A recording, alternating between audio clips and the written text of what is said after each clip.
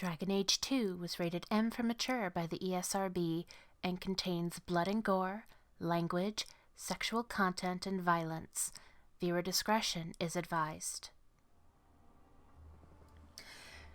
Hello everyone, my name is Amaronith and I play games for the internet, and today we're playing Dragon Age 2. We're about to head into the deep roads on our expedition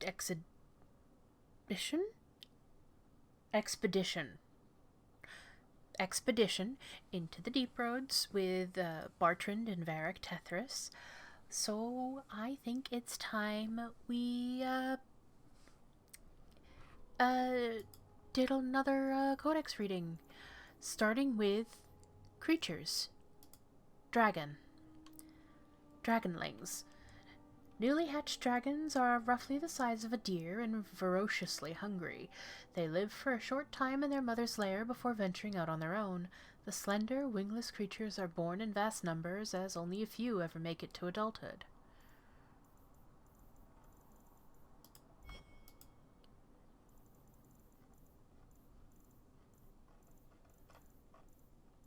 Items.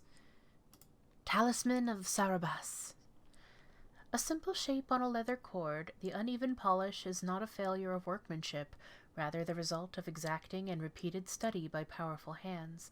Black glimmers curled just beneath a surface that should be solid, and there are glimpses of a core that seems to be carved from a piece of horn. Gaze for more than a moment, and it seems to stir something in an uncommonly dark corner of the mind, coaxing out a familiar primal emotion: want. It is impossible to say whether Saarebas intended this as a reinforcement or restriction. At the moment, it simply is. This secret thing was never meant for the eyes of another.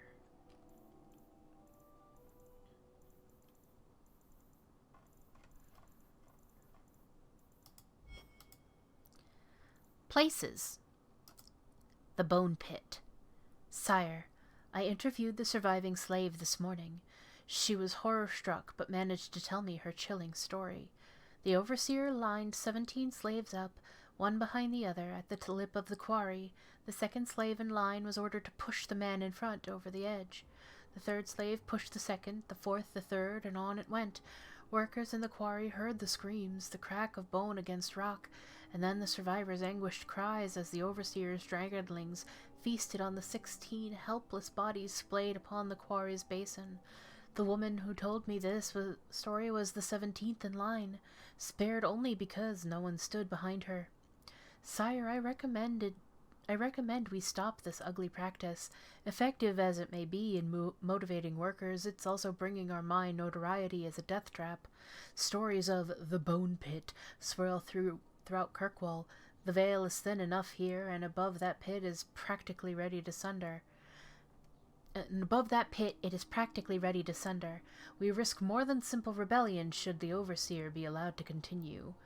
A letter from Prefix Centaurius, 35 Ancient. Prefix Centaurius.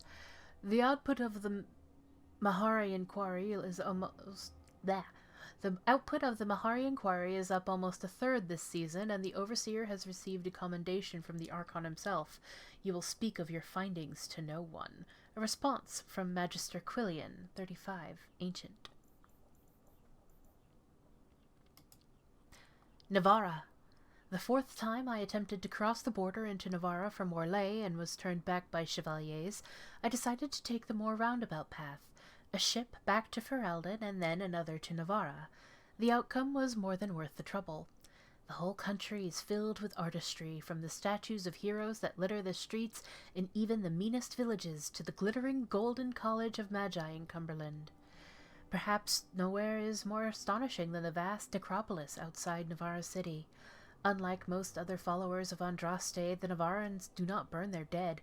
Instead, they carefully preserve the bodies and seal them in elaborate tombs. Some of the wealthiest Nevarrans begin construction of their own tombs while quite young, and these become incredible palaces, complete with gardens, bathhouses, and ballrooms, utterly silent, kept only for the dead. From In Pursuit of Knowledge, The Travels of a Chantry Scholar by Brother Genitivi.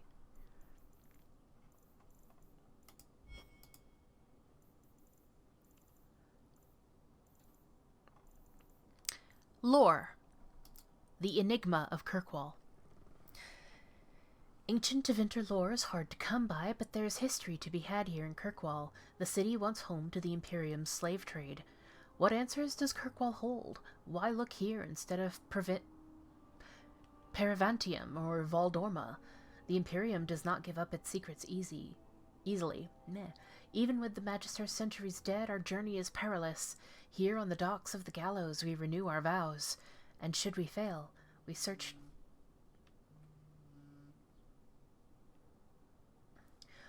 for the markings of the Band of Three. And should we fail, search for the markings of the Band of Three. A tattered letter found under a cobblestone. It has curious markings and is signed Band of Three.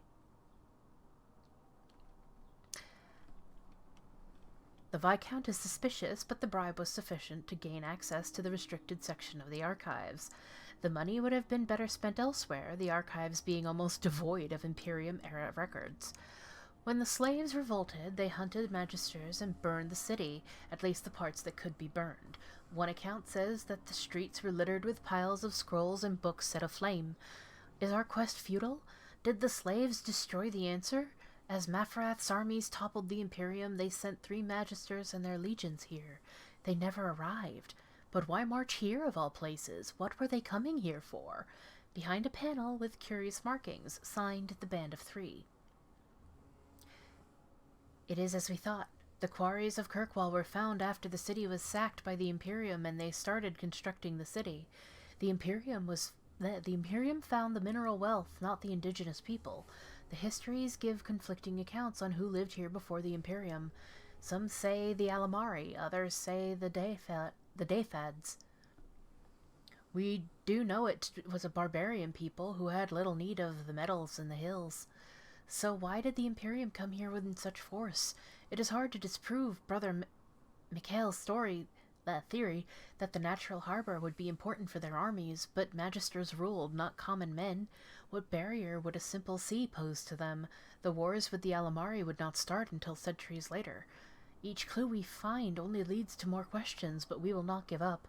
Underneath a pile of small boulders carved with the curious markings and signed the Band of Three.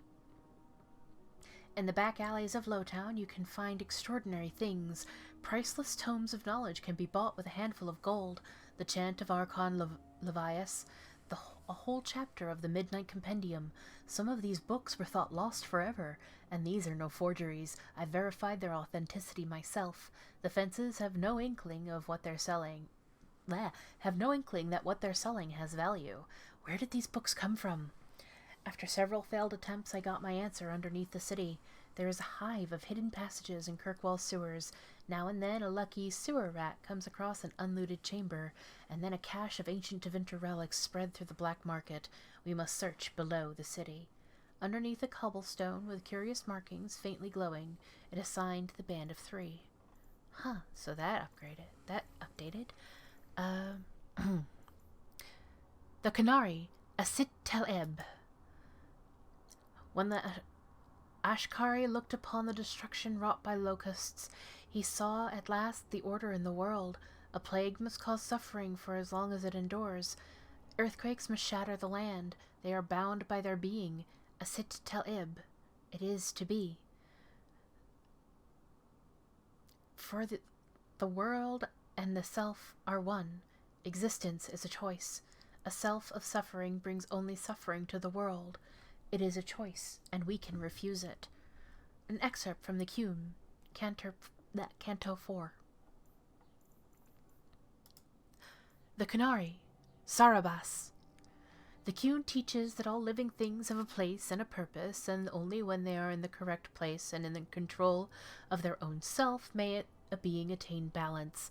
When the balance is lost, suffering follows. Mastery of the self is, therefore, the first and greatest duty. Those born with magic are at a terrible disadvantage, for demons can always rob them of their self. Because of this, the Qunari name them Saarebas, meaning dangerous thing, and treat them with the utmost caution. Saarebas must be carefully controlled by someone else, an Arvorad, one who holds back evil, because they cannot truly control themselves. The evil is not the mage, but the loss of the mage's self, and the suffering that inevitably follows. The Qunari pity and honor the Saarebas, for striving while under constant threat from within is truly selfless, which is the highest virtue of the Qun. From the writings of the Seer of Qunari, 841 blessed. The Qunari. The people of the Qun are perhaps the least understood group in Thedas. The Qunari wars were brutal, but so was the Chantry Schism, so was the fall of the Imperium. Some of this misunderstanding is an accident of nature. The race we call Qunari are formidable. Nature has given them fierce horns and strange eyes, and the ignorant look on them and see monsters. Some is an accident of language. Few among the Qun's people speak the common tongue, and fewer speak it well.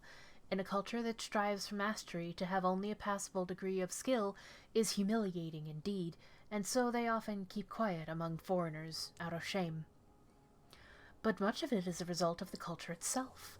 The Qunari view their whole society as a single creature, a living entity whose health and well-being is the responsibility of all. Each individual is only a tiny part of the whole, a drop of blood in its veins, important not for itself, but for what it is to the whole creature. Because of this, the Qunari most outsiders meet belong to the army, which the Qun regards as if it were the physical body. Arms, legs, eyes, and ears, the things a creature needs in order to interact with the world. One cannot get to know a person solely by studying his hand or his foot, so one cannot truly meet the Qunari until one has visited their cities. That is where their mind and soul dwell. In Saharan and Parvolan, one can truly see the Qunari in their entirety. There the unification of the Qunari into a single being is most evident. Workers, whom the Qunari calls the mind, produce everything the Qunari require. The soul, the priesthood, seeks greater understanding of the self, the world, and exhorts the body and mind to continually strive for perfection. The body serves as the go-between for the mind, the soul, and the world. Everyone and everything has a place decided by the Qun, in which they work for the good of the whole. It is a life of certainty, of equality, if not individuality. From the writings of the Seer of Qunari, 841 blessed. The Qun. Long ago, the Ashkari lived in a great city by the sea. Wealth and prosperity shone upon the city like sunlight, and still its people grumbled in discontent. The Ashkari walked the streets of his home and saw that all around him were the signs of genius, triumphs of architecture, artistic masterpieces, the palace of the wealthy merchants, libraries and concert halls, but he also saw signs of misery, the poor, sick, lost, frightened, and the hopeless. And the Ashkari asked himself, how can one people be both wise and ignorant, great and ruined, triumphant and despairing? And so the Ashkari left the land of his birth, seeking out other cities and nations, looking for a people who had found wisdom enough to end hopelessness and despair. He wandered for many years, through empires filled with palaces and gardens, but in every nation of the wise, the great, the mighty, he found the forgotten, the abandoned, and the poor. Finally, he came to a vast desert, a wasteland of bare rock clawing at the empty sky, where he took shelter in the shadow of a towering rock, and resolved to meditate until he found his answer, or perished. Many days passed, until one night, as he gazed out from the shadow of the rocks, he saw the lifeless desert awaken. 100,000 locusts hatched from the barren ground, and as one they turned south, a single wave of moving earth. The Ashkari rose and followed in their wake, a path of devastation miles wide.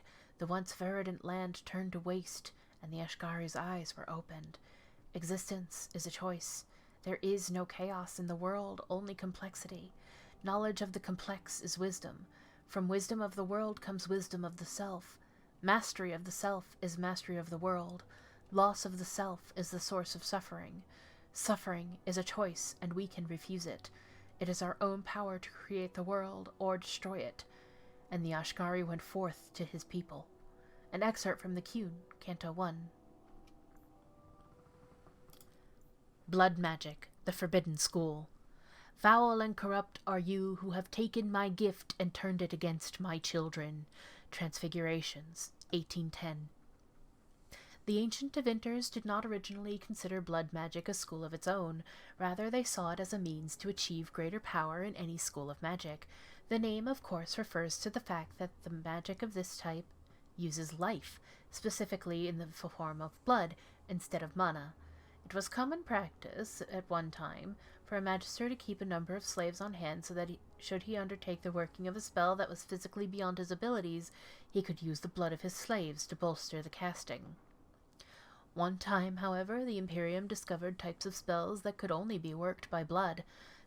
Although lyrium will allow a mage to send his conscious mind into the Fade, blood would allow him to find the sleeping minds of others, view their dreams, and even influence or dominate their thoughts. Just as treacherous, blood magic allows the veil to be opened completely so that demons may physically pass through it into our world.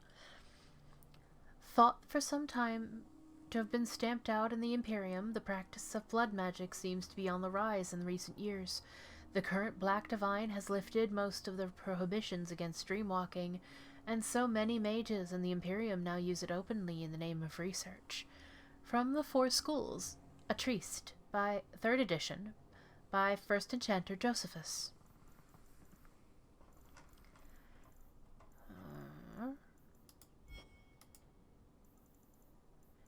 Characters: Viscount Marlowe Dumar. What happened to Viscount Perrin Threnhold was a travesty. I served in the keep, and my blood boils when I hear people call him a tyrant.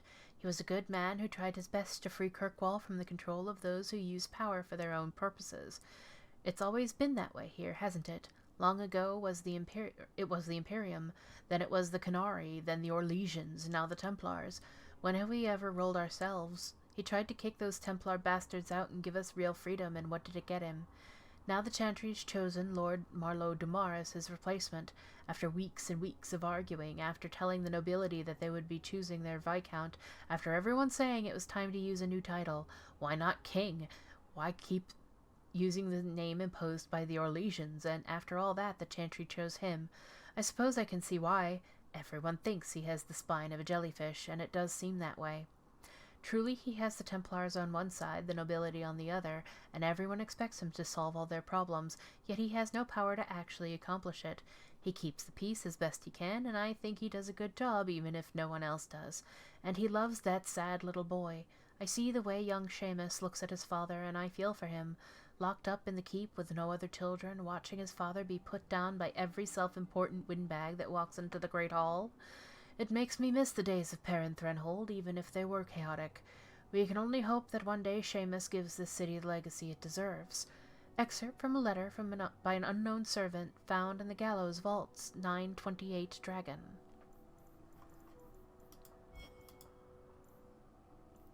Letters and notes. Captain Reiner's accounts. Sold 2 barrels of fish, Viscount's keep. 3 barrels of rum, hanged man. 1 male human mage, dancing in the Undercity. 25 Ravani furs, Halton's clothiers. Olivia's letter to Thrask. Father, I know the sacrifices you've made to conceal my secret, but I am a child no longer. I cannot burden you my whole life, lest my secret destroy us both. I must live my own life as a woman and as a mage. It is oddly freeing to write the word. Yeah. Farewell, Father. I hope one day you make peace between what you have been taught and what you have seen.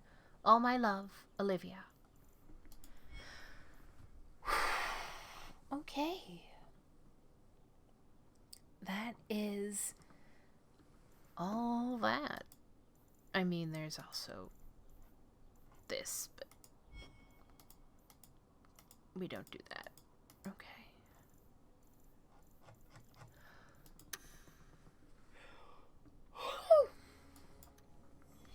On that note, I will see you next time. When we go into the deep roads. But until then, take care of yourselves. And yeah, I will see you next time. Bye-bye.